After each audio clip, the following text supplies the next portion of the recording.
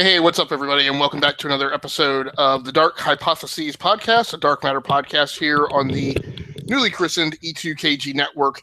I am one of your co-hosts, Agasicles Stamas, here with my best friend, as always, Mr. Dave Pecci.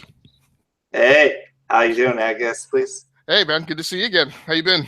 Good. Good. So we are obviously starting late tonight. Totally my fault. I was watching the episode and then had a few logistics to set up because the new podcast setup is different.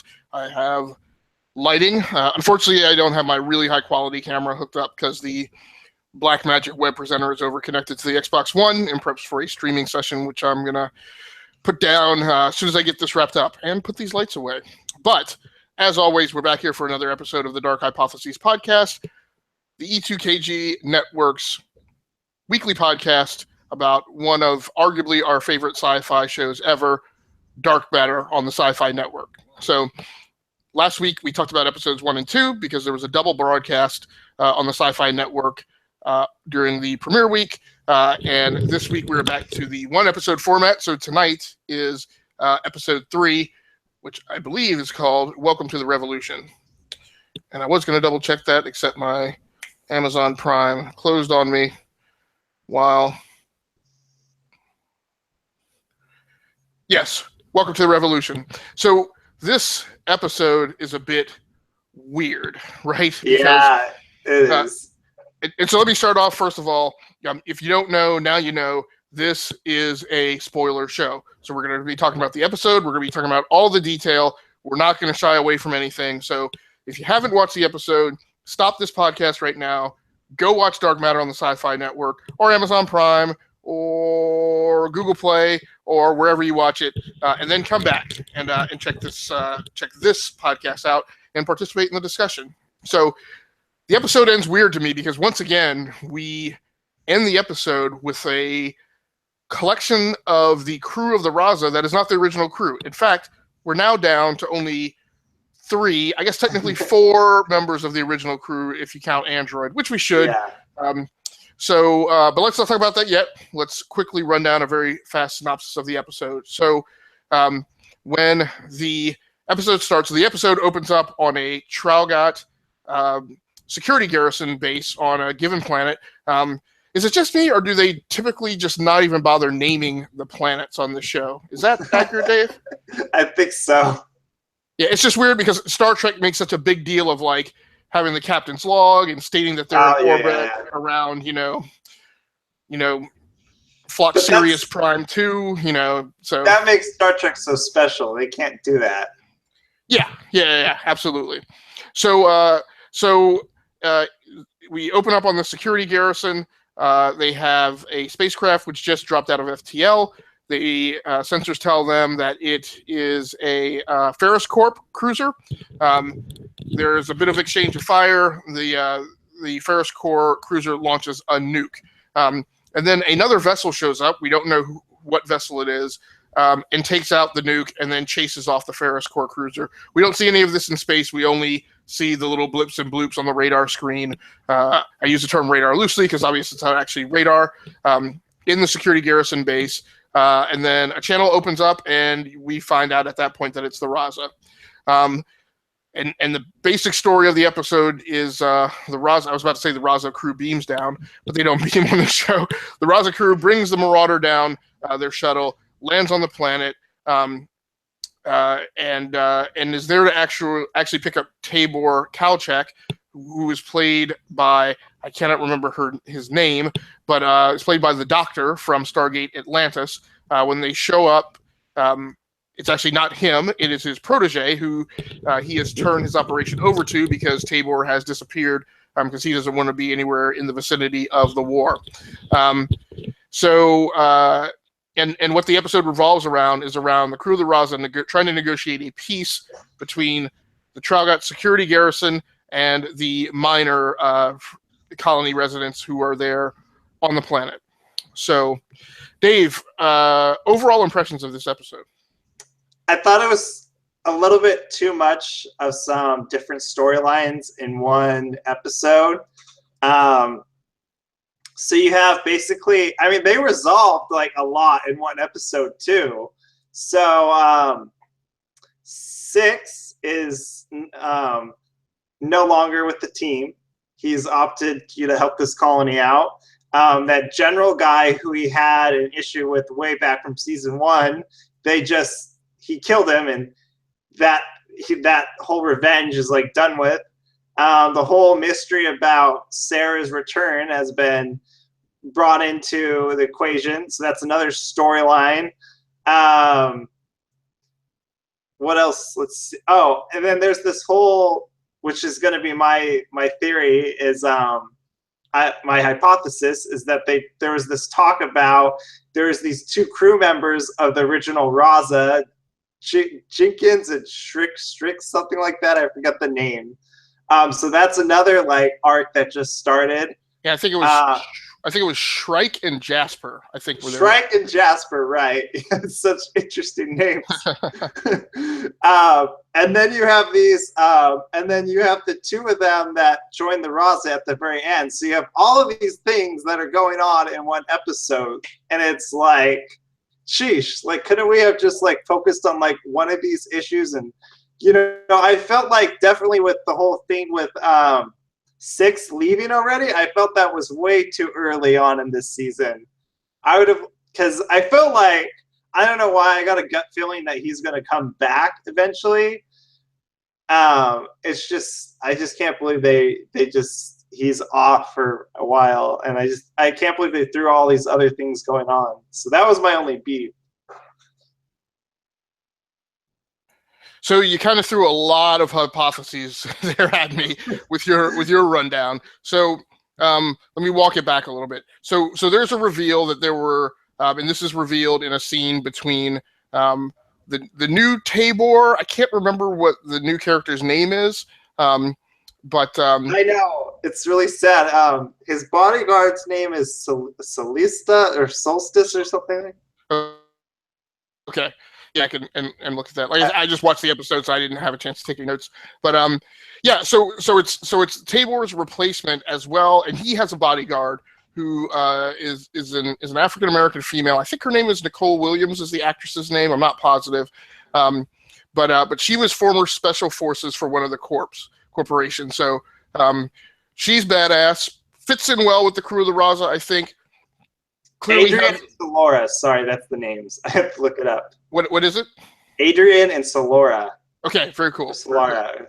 Yeah. So kind of has a thing with 3 as far as just like quickly becoming these 2 friends who flip each other a bunch of crap, which is a nice vibe. So the reveal that we're talking about is revealed in a scene between Adrian and 5.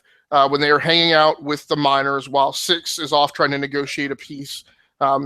Or either that or it's the point in the episode where he's been captured by the Traugat security garrison.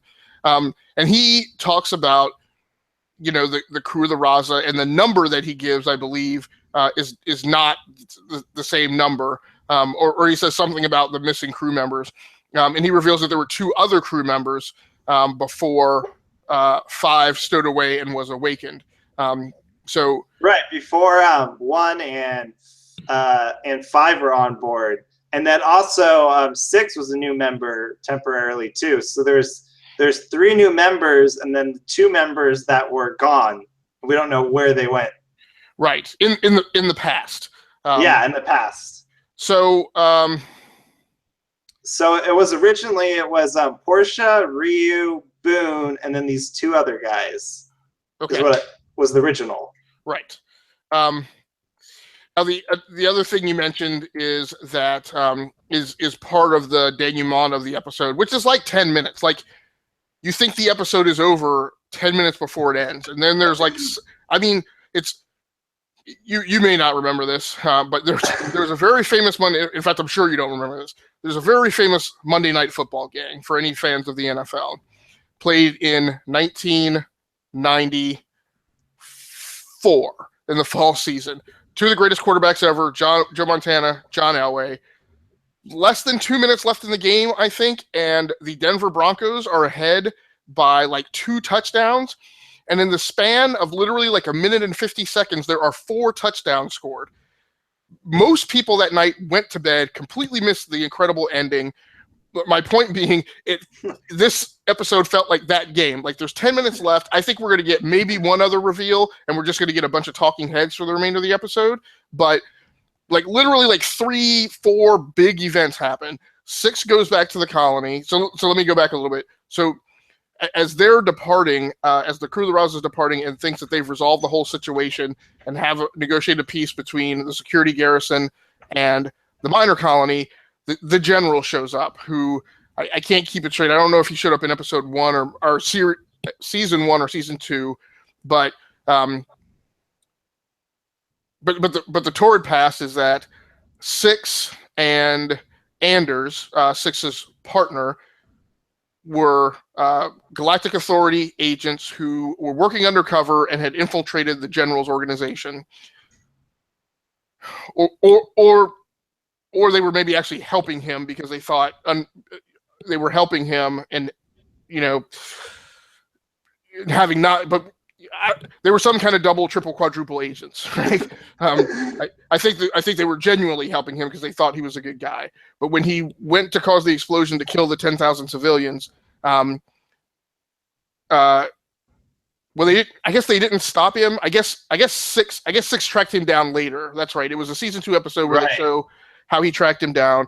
I think Anders, and his intent was to kill the general. What he wound up killing was just a transit clone.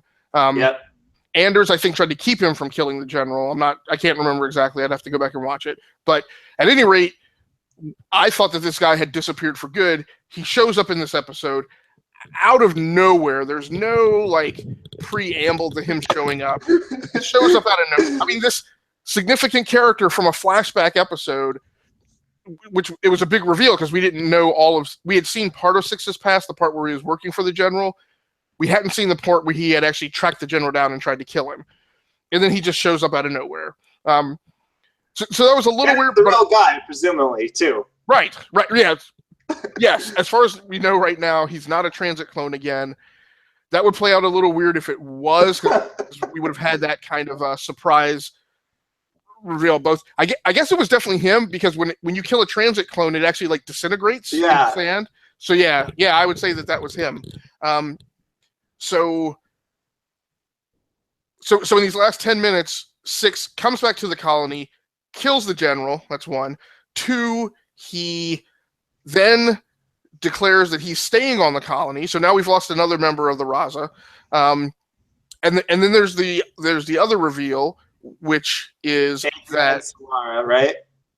They joined the Raza. Okay, so that's 3. And then the 4th reveal, which is a scene with Jess. Sarah. That one? Yes. Yeah.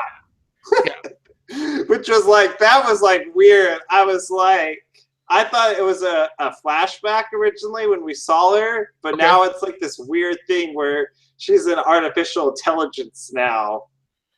Right. Which I don't feel like that for sci-fi. There are many sci-fi plots and many other shows about somebody's consciousness or soul being digitally stored. So I didn't feel that that's far off. And I felt it was appropriate, maybe a little predictable, that the show ends with 3. 5 says that 3 can enter this virtual reality world that the Sarah consciousness has created within a encrypted database in the Raza's computer. And 3 obviously can't deal, right? After mourning this woman and thinking that she was dead, 5 says that he can enter this virtual reality world and go see her, and that she wants to see him. 3's not ready to deal with it. He gets up and walks out of the galley. I guess the one thing that kind of caught me a little bit off guard, not necessarily off guard, but I was thinking that I kept expecting the android to come out of stiff android mode and start moving fluidly like a regular human and start speaking with Sarah's voice. Because I was certain that what had happened off screen was that Sarah had downloaded part of her consciousness onto the android. Yeah, that would have made a lot more sense and would have been a bit more interesting, I think. Well, I don't think it's off the table. And I I strongly wonder if that's what's going to eventually happen, because Is that your hypothesis? no, I don't have the hypothesis this week. You do.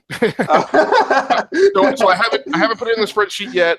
So I can't bring the graphic up on the screen. But that's the plan. Is we're going to be recording these hypotheses and keeping track and scoring them throughout the season. My hypothesis from last week was that Teku sexually abused Misaki. So that's a good point to talk about the Misaki thread in this episode. So, that was another weird thing that they threw in there, for this episode. It's like, I'm like, man, can't they focus on like one issue or like? Well, but don't you feel that's part of the beauty of the show? Like, and granted, admittedly, it's gotten more complex than ever because there's more characters to focus on. But yeah. But one of the things I guess what they're wandering away from is in the past seasons, there's kind of been one. Well, they had the whole season 1 template, right? Which like each episode focused on the past of one character. Yeah. And they slowly kind of dribbed and drabbed out pieces of their history to be resolved. So we have definitely walked away from that format, right? Now we have a half dozen to a dozen, excuse me, concurrently running kind of conspiracy threads, and many of them are being addressed in an episode. And I guess that could get messy, but I was fine with episode 3. Are you saying you felt like it turned you off? Yeah, I just felt like that there was too much storyline going on, and Okay. I would have liked to seen a little bit more coverage on like, the whole issue of like, oh my gosh, like 6 is leaving. Can we see a little bit more of that, that emotion about him going, like maybe he could have said goodbye to the android, but we had to cut that, that out, which isn't such a bad thing, but it was cut out to make time for more of these other stories developing. No, that's a good point. It did feel a little throwaway, didn't it? Yeah. Yeah, and that's unfortunate. I mean, he's obviously a significant character. He had really started to fulfill this role that one had originally fulfilled in the first season. And now you don't really have that at all. Now, one thing is I didn't see it. I'm going to pull up my Amazon thing again because, yeah, it's in this graphic. So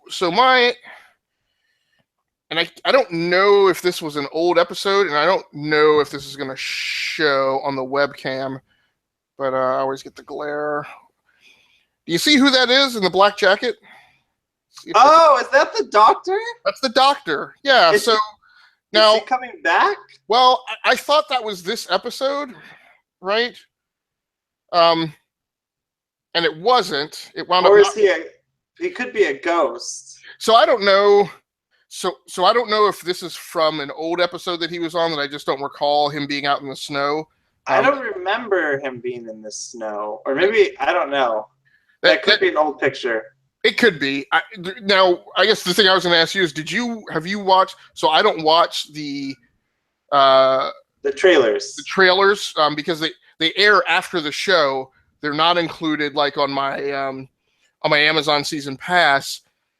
You can go find them on YouTube easily, but I deliberately don't because I don't want to know what's coming up next. So it's not in that episode. I can tell you that much. Okay, so it's not in the episode 4 trailer. Yeah.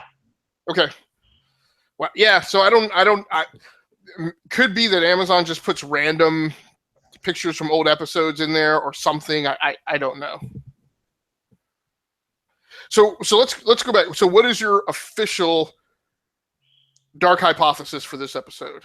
My official one is that well, shoot, I have 2, but the one that I want to focus on, I think, is the old crew members. I think that is probably going to be the best twist of, if anything, because if they come back, and I think that's the reason why they added Adrian. So this is what I'm hypothesizing. I think that's my theory out of this hypothesis, which I don't know if it's going to be a proven theory, is that Adrian and Solara are going to bring back those 2 old crew members. And I think that because I think it would be an interesting twist to see that happen. And I think because they're going to know what Portia and Boone were all like before that. And it's going to be an interesting conflict to see them. Another thing is that they weren't mentioned before at all. No. And the other thing is Portia might remember them, but she doesn't want to say. So there could be something really bad that happened because Adrian said, well, Portia might have killed them. Right. So, so your dark hypothesis is that the original 2 crew members will come back. Yeah. Okay. Jasper and what was the other one? And Shrike, I think. Shrike. Yeah. So another thing that happened in this episode, again in the closing scene, it may have actually been the closing scene. I may be incorrect about the closing scene being 3 walking out. Ryu has now hired bounty hunters in a scene that was very reminiscent of The Empire Strikes Back, where Darth Vader hires the bounty hunters to go after the Millennium Falcon.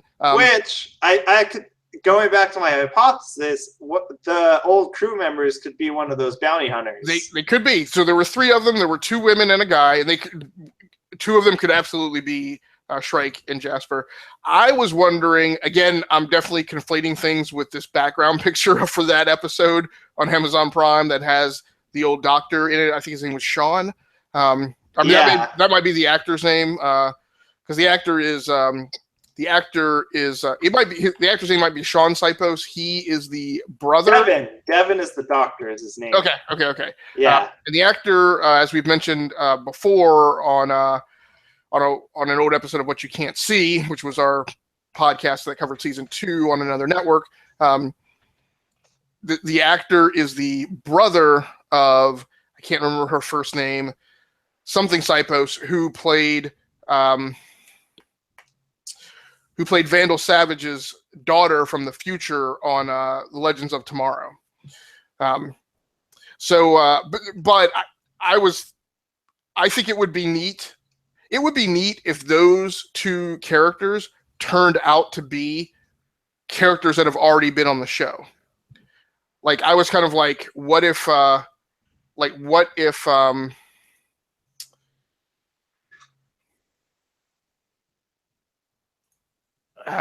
was I going to say? What if Devon is still alive? What if he's still alive, and what if he's Jasper or Shrike? Because all we know is that 1 was the first crew member who woke up that we saw in the show. It's completely feasible that there were 2 other crew members who were there who woke up having had their memories wiped and elected to leave the ship somehow. That's true. That is very true. We don't know, because they could be like the before 1. Right. Yeah. Right. Yeah. And still we have the Marauder from the alternate universe flying around somewhere. the pilot of which is yet to be revealed. So that's interesting. I really hope it's 1. I really hope it is. I so hope it's 1. I miss him now even more. So what are your thoughts on 6? I think you said, are we expecting 6 to come back? I think so. I think it'll be something like he's gone during this whole war debate, and I think he'll come back. Yeah, I think the general, when he showed up, one of the things, there were multiple characters in this episode who mentioned that the future of this colony and the potential that the inhabitants should focus on is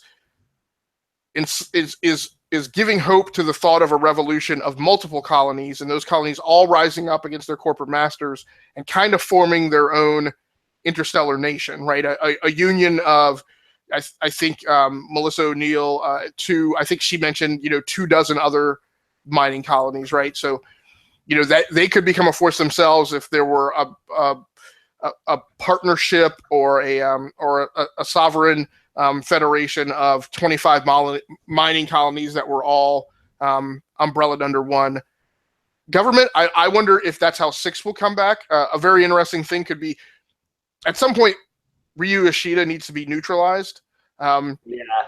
It's a hard task for him with an entire, empire behind, interstellar empire behind him, to be neutralized by the crew of 1 ship.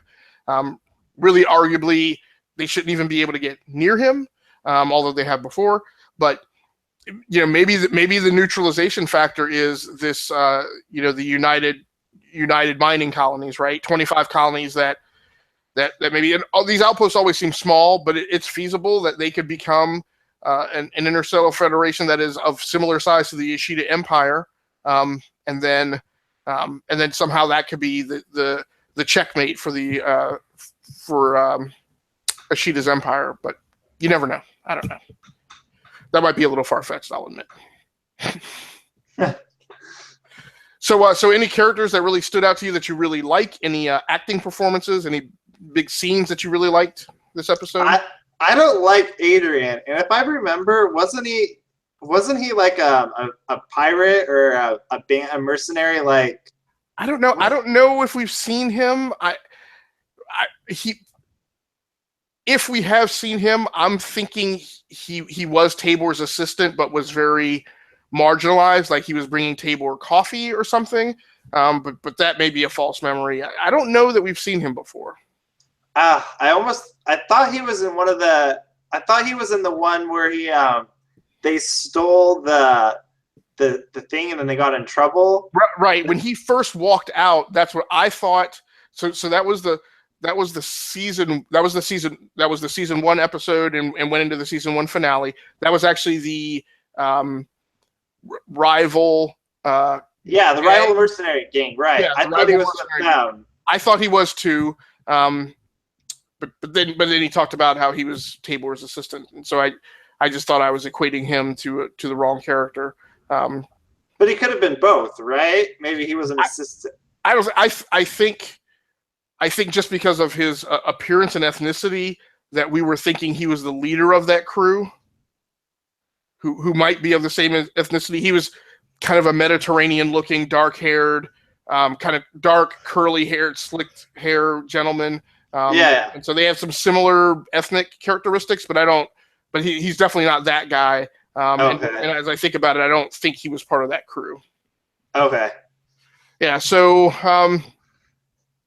yeah, it's interesting. It moves. I don't know that it was the best episode, but it definitely moves the story to a very interesting place.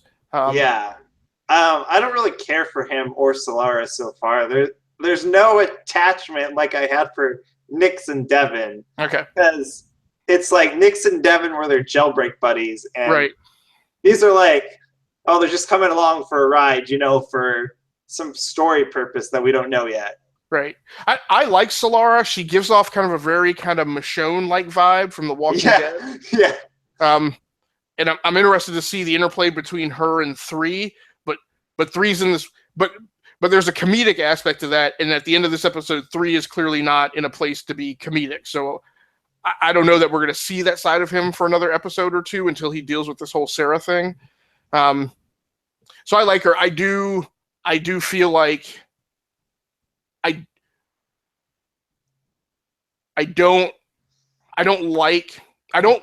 definitely don't like the notion of this being the crew of the Raza for half the middle part of the season. Right. I don't feel like that crew interests me enough, and I do want at this point I want another old crew member back. Or maybe 2. Like an old crew member we've seen, not Jasper and Shrike. Right. Yeah, like one, right? Right. One or Devon showing up. Right. Yeah. No, I agree. I think we're quite clearly not getting Nix back. Sadly. Yes. Yeah. She was. Yeah. May she rest in peace. Gosh, I forgot my. I feel like there's some sort of Walking Dead comparison going on now, right? Because it seems like every season we lose a member, and it feels like it feels like there should be, what's that, like the Talking Dead thing, or like where there's this, I forget what it's called, but like the cast of the Walking Dead that's not on the Walking Dead anymore. Right. But it's so there's plot similarities, but it doesn't feel like that, right? Because number one, when somebody on the Walking Dead, are you caught up on the Walking Dead? I don't follow anywhere, so I don't care. Yeah. except the first time that we think Glenn has died. Pretty much on The Walking Dead, when somebody's dead, they're dead. Yeah, like there's not a lot of questioning or confusing or wondering about them coming back. But on this show, deaths are very, with a few exceptions, and even with the exceptions, just like we just did with the general, right? You almost have to like rewind the tape, right? Like you really have to think through it and go, did he die? Did he not die? I mean, and the thing with Devon that we keep bringing up is we don't know, because he was bleeding out, but for all we know, somebody could have saved him. He could have saved himself. Yeah. Exactly. Yeah. So I felt it because I feel like it's kind of this thing where like there are like a lot of members of the crew that die from every season, and that's what brought me up, because Walking Dead, it's like, oh man, who are they gonna write off this time or whatever. Right. All right, man. Anything else we want to talk about this episode? I think that's it. Okay. So I think Dave and I need to talk about it a little more, but I think we're going to be on weekly from here on out. Last season we did every other week, and I know it was hard for me to go back and remember 2 episodes worth of a very highly complex sci-fi show. So I kind of like this format of a shorter show covering 1 episode, but Dave and I will kick it around. That's pretty much going to be it for the show. I guess the last thing I'll say is, if you're watching the show, you obviously know we've moved. So the first episode was on my personal YouTube channel, Rounding Off Infinity, which is mostly where I put my gaming content.